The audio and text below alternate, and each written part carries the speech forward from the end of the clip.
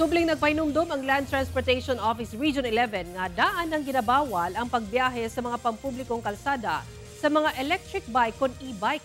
Bawal sab sa major roads sa mga bihikulo nga doon na lang tulo kaligid kon tricycle.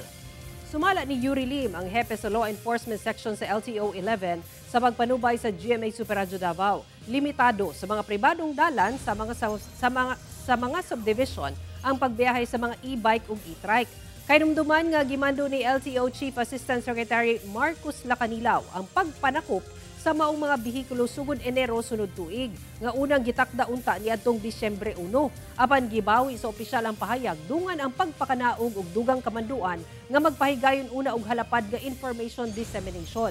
Pagpasabot sa ahensya nga peligroso ang pagbiyahe sa mga main ug public road sa maong mga bihikulo nga gikonsiderang light vehicle nga ana lang sa 50 kilograms ang gibugaton. Ilabi na inig makadungan ang mga dagkong sakyanan. Hinuon gimando na nilim ang pagpahigayon og mga panagpulong sa mga lugar sa Davao nga daghan ang nagabiyahe nga e-bike ug e-trike gawas pa ang paggamit sa social media.